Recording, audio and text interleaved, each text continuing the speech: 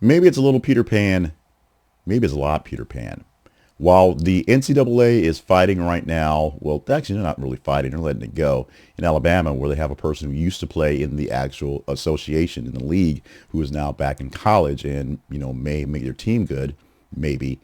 There's another fight that's about to happen in a lawsuit by Joey Aguilar.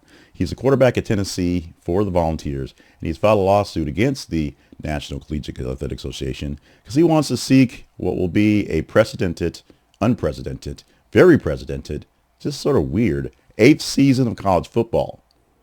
Eighth season of college football. Aguilar argues that his unique circumstances, including eligibility disruptions involving some NCAA rules themselves, justify an additional year beyond the standard limits of like 5. The case adds to a growing number of legal challenges testing the NCAA's authority over athlete eligibility. Now, under current NCAA rules, athletics typically have about 5 calendar years and play about 4 seasons. Some get that exception for red shirts and medical waivers to get that 5th year. They're going to be in the game. 5th year seniors do get a chance to play sometimes and do get a chance to do well based on whatever level they're going at to. But Aguilar's lawsuit contends that prior eligibility disruptions unfairly consumed seasons, that recent court decisions actually show that athletes should receive some individuals' considerations based off their time. This is in college. Now, coverage notes that the courts have increasingly scrutinized blanket NCAA limits, especially when athletes can demonstrate lost opportunities beyond their control. Aguilar's suit comes as NCAA faces mounting pressure for athletes challenging long-standing rules of eligibility, transfer, and compensation. So it's really about the money.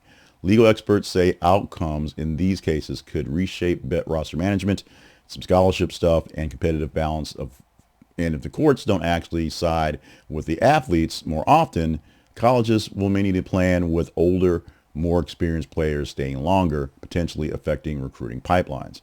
Essentially, the good guys can leave for good money. The old guys that have to stick around to play college because they're not that good will ask for more money as employees. This becomes an issue, and this is basically what we're looking for in Aguilar's 8th year as a quarterback.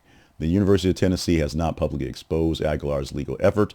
They're not really pushing it, but they're not really saying it's a bad thing either.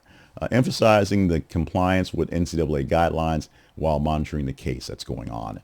NCAA, for its part, defended its eligibility limits as necessary to prevent fairness and stability across college sports. Past statements from the association stress that exceptions must remain narrow to avoid undermining competitive equity among other programs. So, what happens next?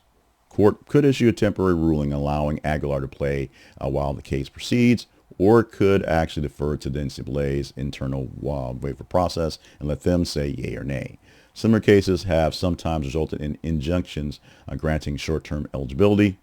Analysts say that the timeline is critical as preseason preparation is now, and the roster decisions hinge on whether Aguilar can participate in the upcoming spring football.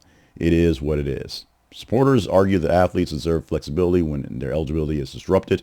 He had some years where things kind of got bounced around, so why not get him one more year to play with a little bit more time, develop skills, and maybe go on to the next level.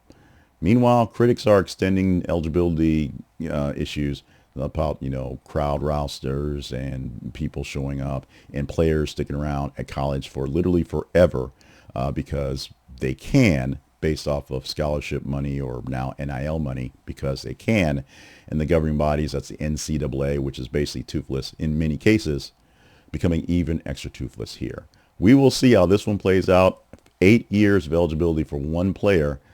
And the question is he 8 years good to be still playing college football?